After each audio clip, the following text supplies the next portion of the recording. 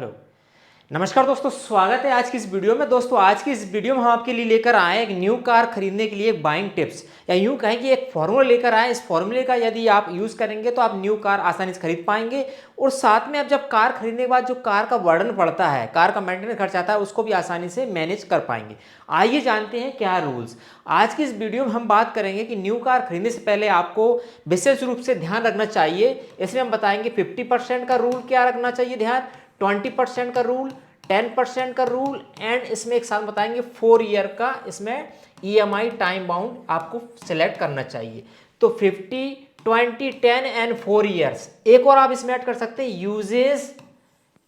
Uses of car, या इसको बोल सकते हैं लॉन्ग या बोल सकते हैं शॉर्ट ड्राइव। ठीक है, इन पॉइंट्स पे हम बात करेंगे इस वीडियो के अंदर। चलिए शुरू करते हैं। सबसे पहले तो हम बात करते हैं कि जब भी हम न्यू कार खरीदते हैं तो आज के समय में क्या हो रहा है कि जो सैलरी पर्सन्स रहते हैं, इनको महीने की सैलरी आती है, जो जॉब करते हैं, कर्मचारी वर्ग रहते हैं, उनको ऑफर आते रहते हैं कि आप लोन ले लीजिए, पर्सनल लोन ले लीजिए, बिजनेस लोन ले लीजिए, या और कुछ नहीं ले पाते तो होम लोन ले लीजिए, और ये भी ले पाते तो फिर आप कार लोन लीजिए।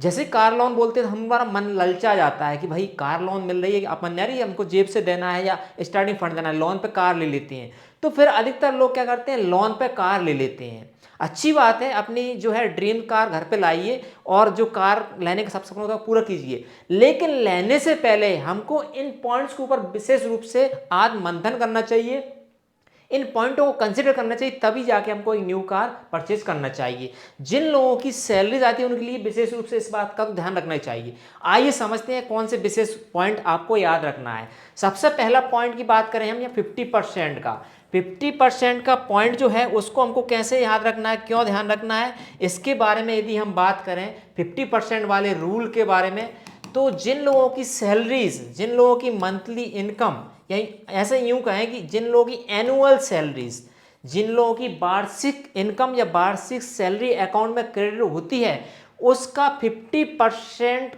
अमाउंट से अधिक की हमको कार नहीं लेना चाहिए। लेने को तो लोग आपकी सैलरी से डबल अमाउंट की भी कार ले लेते हैं, शोबाजी में, हवाबाजी में, कि मर्सिडीज ले लेते हैं, BMW ले लेते हैं, लेकिन मेरे अकॉर्डिंग यदि उनका उतना बजट है, उतनी उनकी इनकम है तो लें, कोई दिक्कत नहीं है। लेकिन जो सैलरीज पर्सन है, यदि उनकी सैलरी, यदि आपको मेंटेन करना है, कार को अच्छे से चलाना बिना किसी फाइनेंशियल जो बजट है बिगाड़े हुए, तो आपको 50% एनुअल इनकम जो है उससे अधिक की कार नहीं लेना चाहिए। एग्जाम्पल की बात करें, मान लीजिए आपकी साल भर में 12 लाख रुपए आपको अकाउंट में क्रेडिट होती है, सैलरीज आती है, तो इसका डिवाइड बाई 50 करेंगे तो 2 करेंगे तो यहाँ पे निकल के आता है 6 लाख रुपए। तो आपको 6 लाख रुपए से ज़्यादा की कार नहीं लेना चाहिए। पहला पॉइंट, यदि आप 6 लाख के अंदर अंदर कार लेंगे तो आपको जो फाइनेंशियल एक्टिविटीज़ हैं, जो आपके डेली रोजमर्रा की जरूरत के खर्चे हैं, वो भी आसानी से चलेंगे और एक कार को आप यूज़ भी कर पाएंगे, चला भी पाएंगे, ड्राइव भी कर पाएंगे, उसको मेंटेन भी कर पाएंगे। पहला पॉइंट क्लियर। दूसरा पॉइंट आपको ध्यान रखना है इसमें, यहां पे मैंने लिखा 20% क्या है कि जो फाइनेंशियल एक्सपर्ट रहते हैं, जैसे मैंने पढ़ा है और सुना है, 20% रूल्स बताते हैं वो कि आपका जो भी आप एसेट खरीद रहे हैं, जैसे कार खरीद रहे हैं आप, तो इस कार का जो भी ऑन रोड प्राइस पड़ेगी, आपकी क्या पड़ेगी, ऑन रोड प्राइस जो पड़ेगी, ऑन रोड प्राइस का आपको 20% जो है डाउन पेमेंट आपको इमीडिएटली दे देना चाहिए, यानी कि डाउन पेमेंट आपको कर देना है। डाउन पेमेंट क्या होता है, जब आप कार लोन पे ले रहे हैं तो ठीक है, अच्छी बात, लेकिन डाउन पेमेंट एक इनिशियल अमाउंट देना पड़ती है शोरूम पे जब आप कार परचेज करते हैं। तो जो आपकी 6 लाख की आप कार खरीद रहे हैं तो उसका 20% आपको दे देना चाहिए। 6 लाख का 20% कितना हो जाएगा, 6 दूनी 12, यानी कि हो जाएगा 1,20,000 रुपये। इतना तो आपको मिनिमम अमाउंट देना ही है, डाउन पेमेंट करना, ताकि आपकी फाइनेंशियल जो प्लानिंग है, अदर आपके खर्चे हैं, वह डगमगाना आपका आसानी से सुचारू रूप से चलते रहें। तो ये ऐसे फाइनेंशियल एक्सपर्ट जो रहते हैं वो बताते हैं कि 20% तो आपको डाउन पेमेंट दे देना ही चाहिए जब आप न्यू कार परचेज कर रहे हैं, EMI पे लोन पे ले रहे हैं तो। इसके बाद करते हैं 10% का। अब 10% का क्या मतलब है, 10% का यहाँ पे मतलब होता है कि आपको जो EMI बनेगी कार की, ठीक है, EMI जो है आपको ऐसी बनवाना है या इतना उसका ईयर्स आपको मेंटेन करना है कि जो आपकी मंथली सैलरी है, मंथली इनकम है, क्या है, मैं इसको क्लियर करता हूं एक बार। जो आपकी मंथली इनकम है, मंथली इनकम या मंथली आप इसको बोलें सैलरी, मंथली सैलरी का आपको 10% से अधिक की ईएमआई आपकी नहीं आना चाहिए। मान लीजिए, मान लो आपकी जो भी इनकम है, मान लीजिए फॉर एग्जांपल आपकी 60,000 या यूं मान लें 80,000 आपकी मंथली इनकम है ना, 80,000 आपकी है, तो इसका 10% आप निकालेंगे तो यहां पे निकल के आएगा 8,000 रुपये। ठीक है, तो 8,000 रुपये से ज़्यादा आपकी मंथली इनकम नहीं जाना चाहिए। उससे क्या होगा, आपको पता भी नहीं चलेगा, ईएमआई भी आपकी चलती रहेगी, आप गाड़ी में फ्यूल भी भरवाते रहेंगे, मैनेज भी करते रहेंगे, मेंटेनेंस भी करते रहेंगे और लॉन्ग ड्राइव पर टूर जा भी सकेंगे। क्योंकि जब गाड़ी आती है तो उसके खर्चे आने के साथ साथ खर्चे बढ़ जाते हैं। साथ में गाड़ी एक ऐसी एसेट है जो शोरूम से उतरने के बाद ही उसकी प्राइस कम हो जाती है और धीरे धीरे उसकी प्राइस कम हो जाती है। तो जो इसका जो एसेट्स है इसको बोला जाता है डिप्रिसिएटिंग एसेट, यानी कि इसकी जो वैल्यू एसेट की वैल्यू धीरे धीरे कम होती जाती है। जैसे ही आपने शोरूम पर गाड़ी परचेज बाहर निकलेंगे तो आपकी 10 से 15% तो वैल्यू कम हो जाएगी इमीडिएटली। इसके बाद जैसे 1 साल 2 साल 3 साल बाद उसकी प्राइस कम होती जाती है। तो ये एसेट जो है आपकी वैल्यू तो कम हो ही रही है और साथ में आप इसमें मेंटेनेंस भी भर रहे हैं, इसका खर्च भी कर रहे हैं, इसमें फ्यूल भी डाल रहे हैं, इंश्योरेंस, बीमा पॉलिसी, कई सारे खर्चे गाड़ी आते ही घर पे बढ़ जाते हैं। तो उन सबको भी हमको मेंटेन करना, मैनेज करना, तभी तो हम इस कार को चला पाएंगे, हमें ड्रीम कार पे बैठ के आप चल पाएंगे। तो आपकी जो ईएमआई वो 10% से अधिक नहीं होनी चाहिए। यदि सुचारू रूप से आपको गाड़ी का एंजॉय करना है एक सही तरीके से, यदि आप गाड़ी चलाना चाहते हैं तो इससे ज़्यादा अधिक आपकी नहीं होनी चाहिए।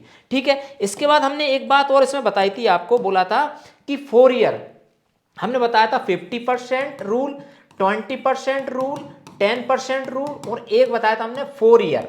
तो 4 ईयर क्या होता है, इस 4 ईयर को समझ लेते हैं कि आपकी जो ईएमआई बनने वाली है वो आपकी 4 साल से अधिक नहीं जाना चाहिए। वैसे सब लोग क्या करते हैं, भाई 5 साल की ईएमआई बनवा लूँ, 7 साल की बनवा लूँ या 10 साल की ईएमआई बनवा लेते हैं और देते रहेंगे। लेकिन आप ये भूल जाते हैं, ये खुद आत्मबंधन करना, ईएमआई का कैलकुलेट करना इंटू 10 ईयर्स में या 10 इंटू 12 कितना आता है, जो भी मंथ आते हैं उसमें, तो आपका ईएमआई जो प्राइस है, आपने जो लोन ली उसका जब डबल भी पहुंच सकता है यदि 10 साल की आपने ले ली है तो ईएमआई ज़्यादा बनाने से क्या होगा, ईएमआई आपकी हालांकि इनिशियली ईएमआई तो कम आएगी, लेकिन जब आप लॉन्ग टर्म उसको कैलकुलेट करेंगे तो आप अधिक ज़्यादा पैसा दे चुके होंगे। तो मैं तो ये बोलूँगा, या जो मैं क्या बोलूँगा, पानी से एक्सपर्ट बताते हैं, ऐसा आप सर्च करेंगे इंटरनेट पे, तो 4 साल से अधिक की आपकी ईएमआई नहीं होना चाहिए।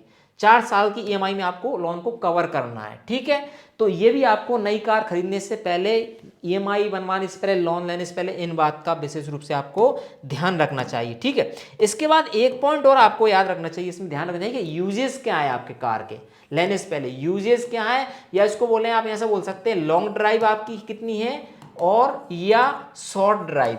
ठीक है, शॉर्ट ड्राइव। अब लॉन्ग ड्राइव की बात करें तो याद कि मान लीजिए आप कहीं ऐसी जगह लेते हैं आपके ऑफिस काफ़ी दूर है, 50-60 किलोमीटर, आप डेली अप डाउन करते हैं, 30 किलोमीटर अप डाउन करते हैं, तो डेली जाना ही, रेगुलर जाना ही, तो वो आपके लॉन्ग ड्राइव में आ गया। और इसके साथ साथ आप मान लीजिए कि बाहर भी जाते हैं महीने में 1-2 बार घूमने के लिए, तो फिर वो लॉन्ग ड्राइव में आ जाता है, तो वहाँ पर आप इसका यूज़ है आपका, तो कार जरूर लें। और यदि आपकी शॉर्ट ड्राइव है, भाई कुछ ज़्यादा ही नहीं, पास में ऑफिस है और शोबाजी हवाबाजी के लिए जाना, मार्केट में जाना, शॉपिंग करने जाना, तो आप उसके लिए आज समय में सिटी में सब जगह कैब का ज़माना आ गया है। आप जो टैक्सी हायर कर सकते हैं, फ़ोन करेंगे टैक्सी आ गई, चूँकि आप आज के दिन देखेंगे सिटियों में, मार्केट में इतना ज़्यादा ट्रैफिक है, पर्सनल गाड़ी ले जाएंगे तो आपका समय भी लगेगा, सिर दर्द रहेगा, कहाँ पार्क करूँ, कहाँ पे पार्क नहीं करूँ। दूसरी बात, उसको ट्रैफिक में चलाना और बचा के चलाना, एक्सीडेंट ना हो जाए, कई सारी मानसिक जो पीड़ा आप फील करना पड़ती है व्यक्ति को। उन सबसे बचने के लिए आप क्या करेंगे कि आप कैब खरीद सकते हैं, कैब खरीद मीन्स की कैब ऑर्डर कर सकते हैं, टैक्सी हायर कर सकते हैं, उससे आप काम चला सकते हैं। यदि लॉन्ग ड्राइव है तो फिर आप कार को खरीद सकते हैं, कोई दिक्कत नहीं है। अच्छा, कार खरीद रहे हैं तो मिनिमम मैं बोलूँ कम से कम आपको, कम से कम नई जब भी कार लेते हैं 10 साल तक तो कार को रखना ही है, 10 साल तक यूज करना है, तभी जाके आपका पैसा वसूल होगा। तब क्या होगा, पैसा आपका वसूल होगा अच्छे तरीके से। ऐसा नहीं कि आपने लिए 2-3 साल उसको घर पे रखा और निकाल दी तो फिर कोई मतलब नहीं है, पैसे का आपने एक प्रकार का खत्म कर दिया, उसको यूज में नहीं आया कोई पैसा। तो इन सभी बातों का यदि हम ध्यान रखेंगे नई गाड़ी खरीदने से पहले, नई कार खरीदने से पहले, तो निश्चित ही हम उस गाड़ी को अच्छे से यूज कर पाएंगे। तो आई होप मैंने ये कैलकुलेशन या रिसर्च जो बताई, डाटा बताया, वो आपको समझ में आया होगा। आप यदि नई कार खरीदने की प्लानिंग कर रहे हैं, सोच रहे हैं, तो उस पर विचार करेंगे।